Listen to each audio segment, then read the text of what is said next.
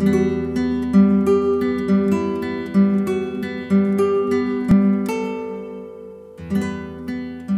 I'm Joseph Moreno, and this is Robb Sisneros, and today we're here to speak to you about our beloved Matachines tradition and its tie to the Camino Real in Bernalillo. As a lifelong member and resident of Bernalillo, I have also been involved in the Matachines tradition for 20 years. I'm also involved in our community in many ways, having been a founding member and member of the advisory council for our newly formed museum, as well as a planning and zoning commissioner. I'm also in a PhD program and PhD candidate at the University of New Mexico in a program called Language, Literacy, and Sociocultural Studies. And I'm also interested in language and cultural revitalization for Nuevo Mexicanos, particularly in Bernalillo. I've been involved with the fiestas of San Lorenzo in Bernalillo since the age of 7, so that is right around 50 years now. I have participated in a variety of different roles. I have been a danzante de San Lorenzo, I have been monarca, and in 1986 I started in the role of rezador and continue in that today. My family has a long history of participating in the fiestas. It's past mayadromos. My dad was also a monarca and danzante. My nieces now are danzantes, and they were also malinches when they were younger. I am also on the advisory board for the Bernalillo Community Museum. All right, Rob, so today we're here to, as I mentioned, discuss the tradition of los Matachines, in particular how it ties into the Camino Real. And before we get into the nuts and bolts of that, if you will, we typically, when we give lectures, when we're asked to do documentaries, things like this, we're always asked, where did the dance come from? And so there's really, in the research, there's really two different modes of thought in terms of the origin. And one of the origin beliefs is that the dance is purely European. It came from various parts of Europe and was brought over to the New World, if you will, after the fall of Mexico Tenochtitlan in the 1500s, early 1500s, and that it was used to convert the Aztecs to Christianity. Another thought is it was purely Aztec in origin, and that European elements just merged with the time of contact in 1521. There's another school of thought, though, that's emerging, if you will, and that's convergent evolution, and that is the belief that two similar traditions on different sides of the Atlantic Ocean existed, and at the time of contact, they merged, and because they were so similar. And so that belief is, at that time, figures that were Aztec of Malinche, Monarca, representing Montezuma, were added to a European style of dance which incorporated instruments like a guitar, a violin. So it was this really beautiful coming together of two sides of the Atlantic Ocean to form what we would have as the prototype of our Matachines today. And as the Spanish Empire, if you will, expanded into the northern provinces, including New Mexico, we really saw the Camino Real serve as an avenue in which goods, people, ideas, arts were exchanged. And so we really think of this time when the people of Bernalillo really inhabited the community at that time after the Oñate settlement. And really at that time we see this idea of intercultural syncretism, this idea that our close ties with particularly Sandia Pueblo to our south, our neighbor, there were instances of intermarriages, where there still are in this case today, and mixing, borrowing, adapting, learning from one another. And so prior to the revolt, the oral tradition is all that we have today. We don't have very much written tradition anymore with these traditions that are centuries old.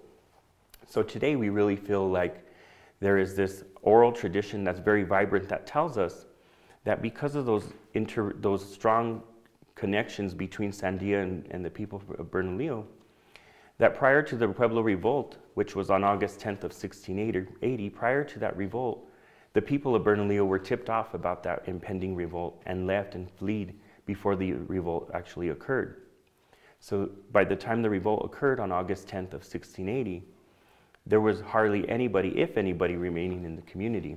They had already fled south to El Paso, a little community called El Realito de San Lorenzo. And we think at that time, and it's significant why we dance obviously on August 10th, which I'll open it up to you in a second, but it's really significant on August 10th because that's the day we dance. That's our feast day in honor of San Lorenzo. So we think at that time is when we brought the Matachines back from the El Paso area to Bernalillo via the Camino Real. And I think it's really important because in 1693, when de Vargas returned back to New Mexico, particularly in Bernalillo where he died, he made a promise to God saying that anybody who was to return to Bernalillo and to New Mexico that particular year was to celebrate August 10th, however way each community wanted. So Bernalillo has done so since 1693 for 320 plus years with performing the Matachines on August 9th, 10th, and 11th, honoring San Lorenzo for that safe flight from Bernalillo in 1680. It's a really interesting story, but it weaves in the history, the identity, the cultural borrowing and mixing between peoples, and I think that's really beautiful. And so I know that you know, you'll talk a little bit about the Promesa, but how do you feel about that original inhabitation of the community in terms of using the Camino Real to flee Bernalillo, to come back to Bernalillo, and now we were a permanent residence on the Camino Real? Well, the concept is that it brings everything back to what Bernalillo celebrates, and that would be our Promesa. So the most significant thing for our fiestas is the Promesa, not just from the members of the community of Bernalillo, as you said, de Vargas's promise, but that promise that has continued on and developed over the 300 plus years of the celebration in Bernalillo. No one exactly knows what that first celebration was. We just know that there was a celebration. No one knows what the celebration has been throughout those years because none of us have been here 300 years. I might look like I have been here for the 300 years, but that's not the case.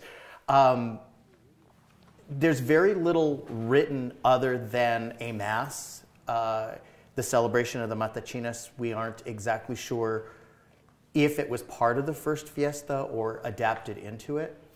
We do know that more contemporary individuals that have structured the fiestas that we know today, huge influence was Don Prospero Baca, who was a penitente and adapted a lot of the penitente rituals, alabados, prayers, into the fiesta structure that we celebrate today, with our first day being Dia de las Vísperas, as we enter into, on the 9th of August, the structure of taking the estampa de San Lorenzo, and which the mayordomos care for in their home, and also the structure of the bultos that we have.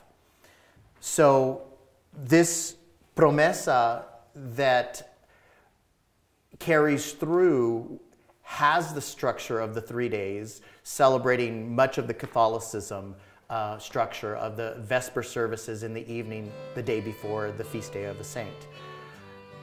I want to emphasize, and you mentioned the Camino Real, the fiestas in Bernalillo is a little bit different from a lot of the fiestas in other communities in New Mexico, in that it's not a church fiesta. It is a church celebration, but it is a community fiesta. And that's what separates and makes it very different. Because of that connection of the revolt in 1680, and coming back up the Camino Real, the estampa de San Lorenzo and the bulto de San Lorenzo are kept by family members, individual families every year. And the fiesta is held in their home or in the street in front of their home, not at the church. There's only 2 events that happen at the church itself. And so it was very significant that the community, without the structure of the church, has continued the celebration in this way. The mayordomo system of requesting the santo in your home and holding on to that, the individual promesas of the danzantes, the Matachines, to be able to dance for as long as they can, come into play with all of that. So the tradition of taking the estampa and the bulto de San Lorenzo up El Camino Real Real to the church and bringing him into the church for the Vesper service, then the following morning allowing the Fiesta Mass to take place there, and then bringing him back down El Camino Real, back into the community, back into the homes of the individuals, is very significant for our fiestas, and carries on that tradition of that promesa, which was made by De Vargas and our ancestors so many years ago. Right. I think just to harp in on a couple of your points is that I think it really is a folk tradition. The church doesn't put this tradition on, and it really is held by the people. And that really is what is important in this tradition. There are times when the official church, and depending on the priest who's assigned to our parish, sometimes the two don't really get along, if you will, in terms of the planning and logistics of the tradition. But for the most part, the church is really open and acceptable to what we do. In 1993, our original church, which was built in the late 1800s, was scheduled to be demolished by the Archdiocese of Santa Fe. And the community really rallied behind that church and did not want it demolished, and it was actually rededicated as not the Nuestra Señora de los Dolores church. It was now the Santuario de San Lorenzo.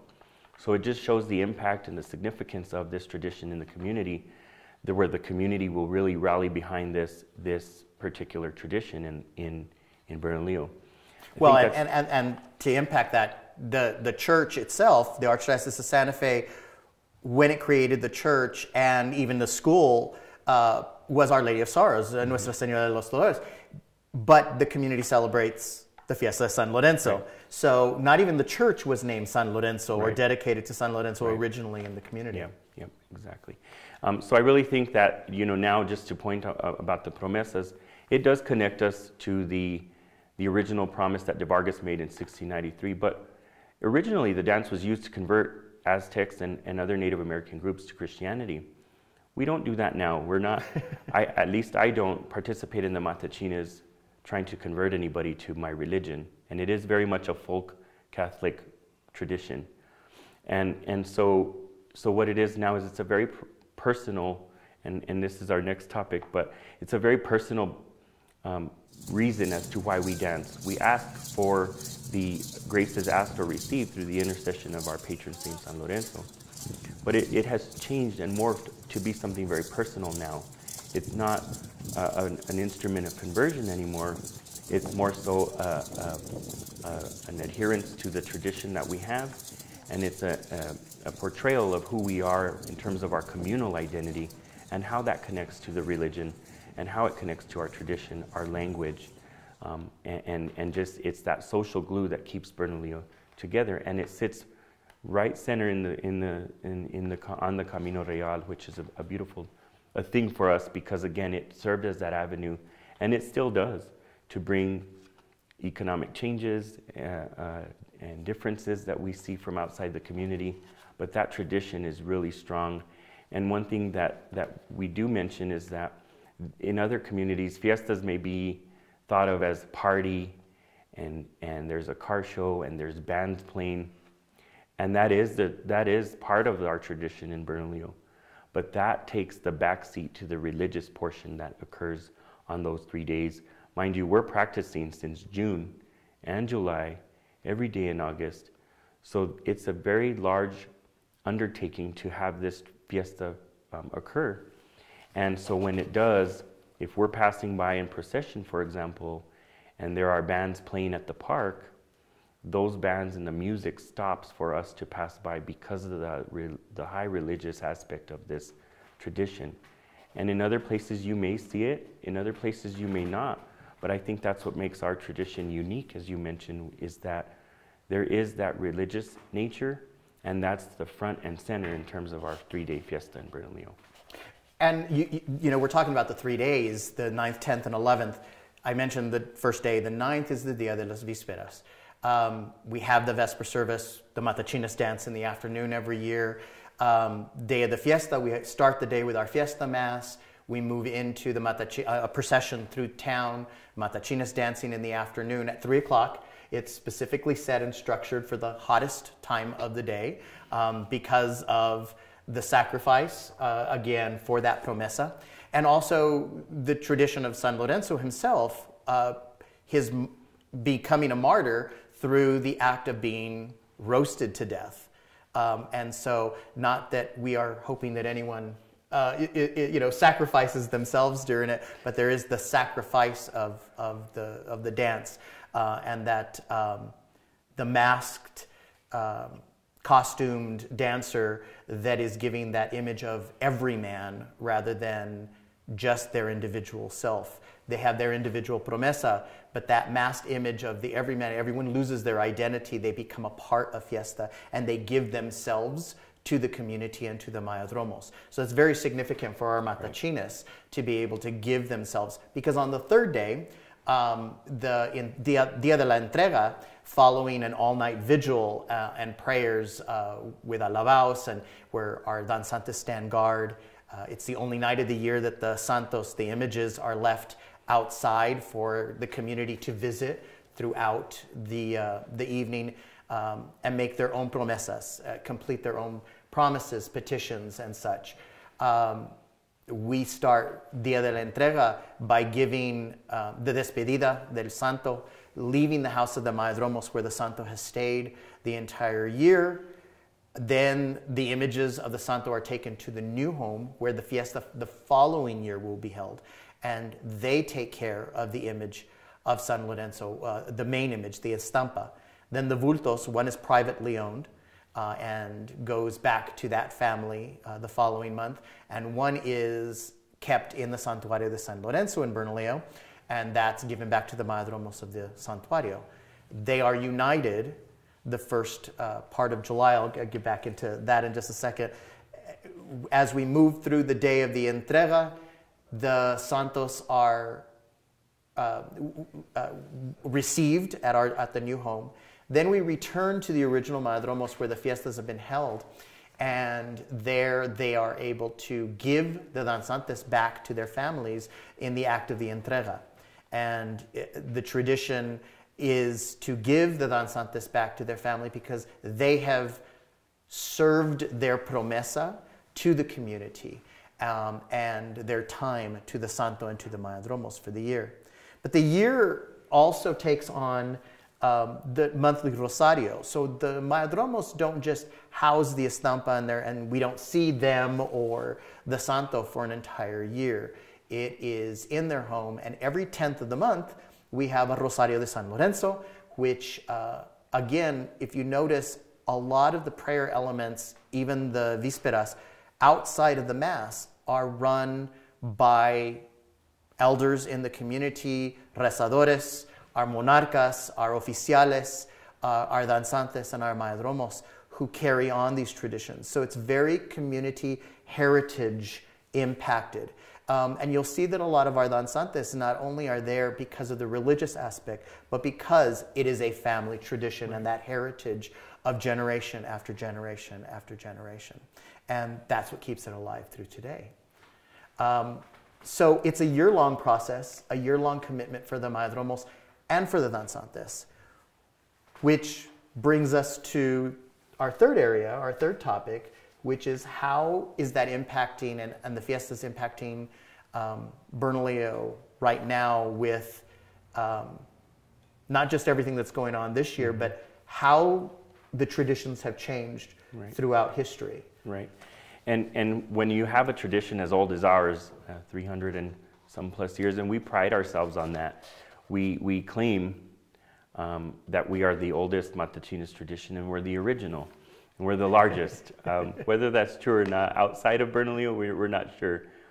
But we like to say that. It is a source of great pride for us in the community, as I mentioned. But really what we really want to think about, and I want to go back to what you were saying, in order to dance the Matachines, I always tell people you have to be a little crazy because of that heat. It's 98 degrees and our faces are covered. And we are dancing on asphalt. Which is very hot at 3 o'clock, 5:45 in the afternoon. I remember when we were dancing on unpaved roads. So, but that just goes to show the significance of what it is. When it rains, it's rained a few times when we're in procession. We can't stop, as you know.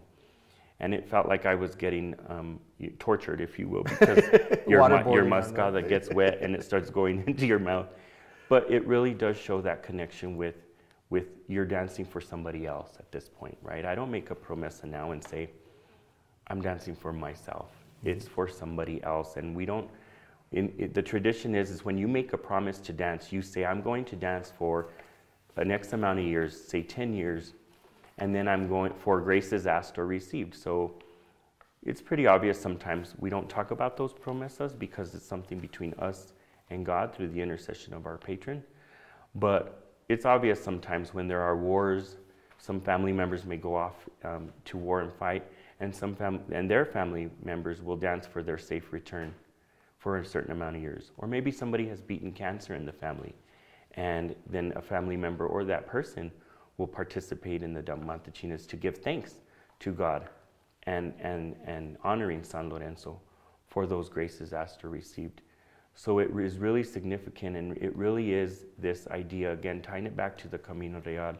It has really served as a vehicle which not only brought goods and new ideas, but it brought our beloved tradition, which has remained intact through pandemics. We talked about the Spanish flu recently and how that might have impacted the Matachines, how world wars have impacted the Matachines. But in our lifetimes, we have really seen this past year has been one of the most difficult, but also it's been bittersweet, right? We were both involved in how we were going to adjust to the pandemic because we couldn't gather in large groups anymore. We're used to several hundred people joining us for the Matachines. In fact, maybe a few thousand in certain years. And we couldn't do that anymore. And so it started out as we'll pare down what we have, and then it became absolutely nothing. So we had to use technology to our advantage. And in a traditional community like ours, we're very similar to the Pueblos in that we don't really allow recording of the tradition, sound recordings, drawings, videos. So it really was an opportunity where we had to turn internally again and say, is this something that we need to do to ensure the survival of the tradition itself? And you were very influential in that piece. Well, and that's the whole point, is just as El Camino Real has changed from throughout the centuries in how it has been the blood life for the communities of this area, up and down, running up and down, we also have to look at the traditions and how have they adapted. You mentioned through the world wars, through the Spanish flu pandemic, through COVID. We know that everything has adapted and changed and become part of our culture and our heritage. And this last year, using, as you said, technology, we were able to reach out to individuals in their homes as families gathered in their bubbles to be able to still participate in the fiestas. We have run an entire year of monthly Rosarios de San Lorenzo, going live on the 10th of every month through our Matachines and our Fiesta Facebook pages for individuals to be able to attend that monthly Rosario. In my lifetime, I've seen gatherings on a monthly basis for those rosaries to be maybe 20, 25 people in the home of the Mayadromos. We have reached anywhere to 300 to 500 people on a monthly basis worldwide who have been able to tune into those live Rosarios and been a part of our community celebration for the past year. That's not something that's going to be going away, even though it looks like this year we will have much more of a traditional, or what we consider a traditional fiesta. We're going to be able to continue that, to be able to reach out to those individuals who aren't able to come home. Right. And we have adapted, and we will adapt for the survival of our traditions and our celebration, and we will continue to adapt that in years and generations to come. And I hope that what we did in this past year is recorded properly so that we're not wondering in the situation that we were a year ago, well, what did they do 100 years ago during the Spanish, when they couldn't gather and we couldn't dance, and our danzantes are closer than 6 feet apart, and that had to be cut away. We've recorded and taken the time so that future generations will know this is what we did. Do what's right for you and use whatever, whether it be technology or whatever's available for you at that time in the future, to be able to carry on the promesas and the traditions for the Fiestas de San Lorenzo and for the community of Bernalillo. Right, I'm very proud of being able to do that. I like to say that our tradition is resilient. To last 300 and some years, it is resilient. Our people are resilient. Being on the Planning and Zoning Commission, we see progress has come to our doorstep, and we have many developments in the community that we're working on. But there's certain areas of the community that they're working on, in that the eastern side of Bernalillo, the one where the Camino Real bisects, that is really our oldest part of our community, where not a lot of these multi-million-dollar corporations or developments can come and set up shop. So there are areas where we push those developments to preserve the small town feel and our cultural heritage and our linguistic traditions as well. So even though casinos have sprouted up on our peripheries, Walmart supercenters, large corporations, but we have really been methodic about our planning, in that we need that the Matachines and its associated sub-customs and traditions are maintained. And for the future, we have traffic patterns that are different than even when I was a kid 50 years ago, and we're looking at how do we need to adapt to that to be able to keep those traditions alive. Will we be able to keep the processions the same way? Will we be able to block the streets off to not just have a procession through town, but just to have the danza going on? We just don't know that. So being able to know that we can adapt and keep those traditions alive, keep our link to our heritage and our ancestors and to Camino Real, is really what keeps me going and keeps my love and passion going for the fiestas. I know that in the museum in Bernalillo, which hopefully will be opening soon to the public with COVID restraints, we'll be able to see, and we're opening with the exhibit specifically about the fiestas de San Lorenzo for Bernalillo, and we hope that everyone will be able to come and join us soon in that aspect. Thanks so much for the conversation. We hope that you have enjoyed our little presentation, a little bit of discussion, and I know if there's any other questions, you can always contact either of us through the museum in Bernalillo. We also have our social media accounts. We have the Bernalillo Community Museum Facebook account. We have Las Fiestas de San Lorenzo Facebook account, and we also have Los Matachines de Bernalillo, New Mexico Facebook account. And we also have some research that has been done on the Town of Bernalillo website, which is townofbernalillo.org. And feel free to reach out to us, but it has been a great day with you all today. Thank you.